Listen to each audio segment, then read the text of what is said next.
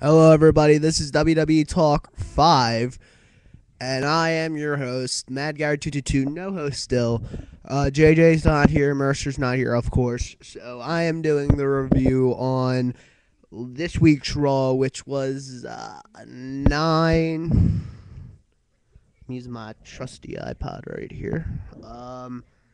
Which was January 9th, 2012, which was an alright night. It couldn't compare to last week's, which was the first Raw of 2012, which was the second day of 2012. I'm gonna read you the results real quick. The results of the matches were Sheamus had Santino Morello beating Wade Barrett and Jinder Mahal. There was a champion versus champion match. Kofi Kingston versus Daniel Bryan. Kofi Kingston being one half of the World Tag Team or the WWE Tag Team Champions, and the World Heavyweight Champion Daniel Bryan. Daniel Bryan won with the label lock. Brodus Clay made his Raw debut. The Funkasaurus Rex from Planet Funk beating Kurt Hawkins. Zack Ryder didn't have a match. I was gonna be like, wow. Well, Zack Ryder's old partner, Kurt Hawkins. We had a non-title match, which was CM Punk versus Swagger, and Punk won that match by pinfall. And we had Cena versus Ziggler, which ended in a no contest, and you'll find out why. If you watch, you already know why, but I'll tell you because of Kane. It was because of Kane. I didn't get to see the end of that match. I stopped after the Y2J segment, which really pissed me off. But we started off the night with a Kane segment talking about how he's going to make Cena embrace the hate still. Hold up. Yeah, he's going to make him embrace the hate still. But Cena came out. They started fighting. They had a backstage fight, which I thought was pretty funny. This is like the second... I was going to say the second week in a row, but it hasn't been the second week in a row. They've been doing them lots of recently, like really recent. Orton got injured with Wade Barrett. Wade Barrett threw him off the stairs. And now we have Kane versus John Cena, which Kane hit him in the face. Like, Cena was using a crowbar. Kane hits him in the face, and Cena falls into a bunch of boxes. I thought it was a choke slam, but... And then Cena's like, what happened? Because Kane disappeared. Then we went into the tag team match. Sheamus, the Great White Sheamus, and apparently the new assistant to the general manager of SmackDown, Teddy Long, is Santino Morello, and they fought Jinder Mahal. I don't even know who he is. He reminds me of Muhammad Hassan, kind of. If all you remember that, Muhammad Hassan and Daivari. And Wade Barrett. I don't remember Barrett coming into the match at all, really. I remember Jinder dominating Santino. Santino tags out to Sheamus. Sheamus, I wasn't paying attention because I was going back and forth. Sheamus, I did a few moves on Jinder. Tagged in Santino. Santino did the Cobra thing and won the match. Then we had the first announcement of the first inductee into the 2012 Hall of Fame, which will be on March 31st, the night before WrestleMania. And it was Edge. I was surprised. I was like, it's going to be the Macho Man Randy Savage because he died last year. And he's not a Hall of Famer yet, he's not a Hall of Famer yet at all. Iced tea. But Edge is the first inductee. He was the first one to be announced. There was two announced that night. The first one being Edge, and then the second one being the Four Horsemen. I'm wondering because I haven't watched TNA in a while. I'm gonna watch it. Hopefully this. I don't really know. Tomorrow I have a thing to do, so I don't know if I'm gonna be watching it. TNA, but last time I checked, Flair was on TNA. He's gonna be there on the induction ceremony because we all know Arn Anderson's gonna be there. I think he's already a Hall of Famer. Maybe Barry Windham and Tully Blanchard, and I don't know if the manager of their team, I forget his name, blanked me. Leave it in the comment section if you know, or I'll just look it up. I don't give a fuck. And I don't know if Flair's going to be there. Hopefully Flair will be there for the Four Horsemen, the real Four Horsemen, to induct in and like get their reward. They cut to a promo after the Edge one, which was Daniel Bryan getting disqualified.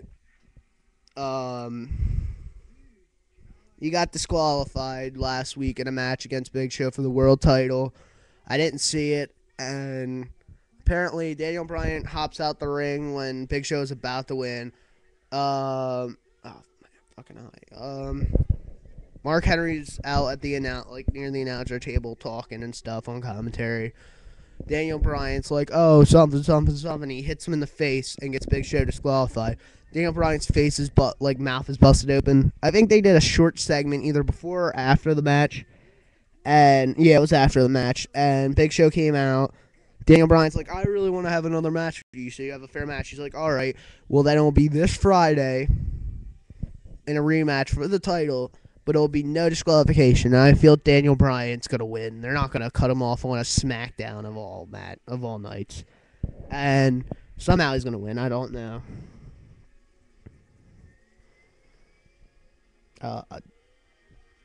John Laurinaitis talked, or I don't know. We had the Brodus Clay, I think, after that, which was the Funkasaurus Rex. I thought he was going to come out like he was around WrestleMania last year, which was the big Brodus Clay in the black, a big wrecking house, but they just took they took his Funkasaurus Rex gimmick, I guess. It's a new one. It reminds me of The Godfather, because he has the backup dancers with him. Sorry about that. But, yeah, he had the dancers with him. Godfather. I think there's another 2 gimmicks. A bunch of gimmicks are cycled into his new gimmick. We had... Sorry, I'm reading this because I don't really remember. It was like 2 days ago. I'm pretty sure after that we had the Punk and Swagger match. Punk won that match. Then we had the whole night Miz was running around talking about how he needs someone to... He wanted someone to back him up because he was going to go after Truth. So we went to Epico and Primo at first. I want to say one thing. Epico, I think it's Epico. Epico and Primo's manager with the big old titties, she's fucking hot. She's fucking hot. I gotta admit that. But finally, he sees Alberto Del Rio's personal ring announcer, Ricardo Rodriguez, and Miz tells him pretty much that, the story was the Bellas called him from Mexico or something, and then they wanted him to tell Alberto something, and he was like, well, why wouldn't you just call him on the phone? And then Miz comes out of nowhere, is like, yo, Rodriguez, I want you to come out and back me up and go get Miz Truth out. And he's like, no, you're crazy. And then he's like, do it now or I'm gonna destroy you and fuck you up. And he's gonna make him on the injury list like Alberto. So he goes out. He says how his mother's ugly or something, or his mother has a mustache, that his breath stinks and stuff. Truth comes out of nowhere. He's like, I want to be nice and everything. And then he's like looking at little Jimmy, he's like, oh, little Jimmy's with me, and starts talking to him. He's like, little Jimmy says that you don't deserve forgiveness. And then he tells the crowd, and they're like, no. And he's like, yeah, the crowd doesn't like you. I don't know if he's gonna go to hit him, but Miz comes out of nowhere, starts beating him up with like a sweatshirt on, kind of disguised. Then after that, we had before that was the Four Horsemen inductee video. Then we had the Y2J come back. Well, it is supposed to be telling us why he's back. Comes out, yeah. And then he starts fucking crying. It's like a fucking cry fest. I'm like, 2 weeks in a row, I changed it after that. I was pissed off. I was like, come on, Y2J, you're going to have to say something. And then he did the same thing. It's just annoying me. I've been hearing about how there's like in the commercials there was the guy who's supposed to be Y2J, and then there's a girl who's silencing him. And I've been hearing Stephanie McMahon's going to be the one to come back. I'm making my prediction now. If it goes into that, it ends up being Stephanie. Like there's like a girl like keeping him from talking. It's going to be Stephanie McMahon. They're going to go into like some kind of heel faction and go after CM Punk, and it's going to be by WrestleMania. My guess is. Maybe the title will be on the line. Maybe I feel Ziggler's going to end up winning the belt, but by Elimination Chamber, Cena's going to win it again. They're going to make that the #1 match, or Punk and Jericho at WrestleMania for the belt. That's just a prediction there. Then we had apparently there was a one-on-one match with Eve versus Beth, but then Kane's music started to play, and Eve ran away.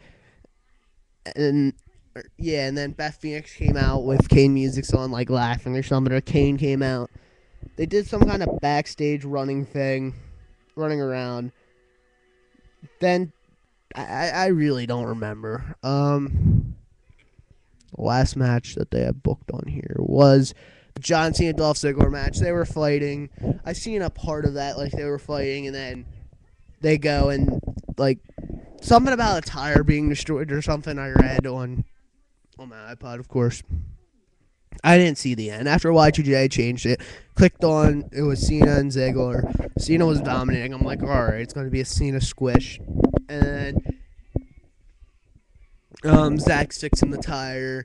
Cena, and then Kane attacks, throws him off the platform. Cena runs back. They end up fighting, and I don't know what happened to them. Yeah, that's about it. My review of the night, it was not anything like the first Raw of the year. Honestly, I don't know. My dislike and like of the week. My dislike being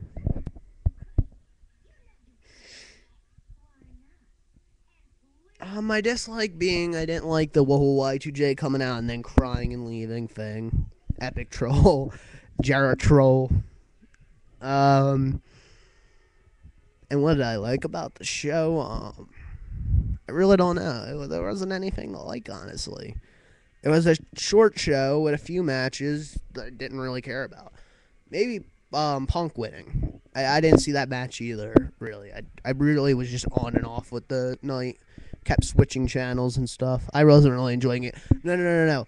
My favorite of the night had to be the inductees of this year, the first two. Even though it wasn't Macho Man, it was Edge, who was one of my favorite wrestlers, and it was the Four Horsemen, who are one of my favorite stables of the 80s and 90s. Well, that's about it. That's all I got for you this week. Or not this week, just for this video. Leave mailbags if you want. Ask me whatever about WWE, anything about TNA, just whatever. I'll probably do Thursday. I'm not putting this in, like, I'm not engraving it. I'm not going to do anything, but if I do anything, maybe it'll be a TNA / SmackDown. I might not watch TNA, so it might not be TNA, and I might not watch SmackDown, so it won't be SmackDown, maybe. Oh, fuck. My camera's breaking. My webcam, like, kind of broke. There we go. But, well, that's it for WWE Talk 5. Thank you for watching. Comment, rate, subscribe, favorite. I don't give a flying fuck. Leave mailbag. Thank you for watching.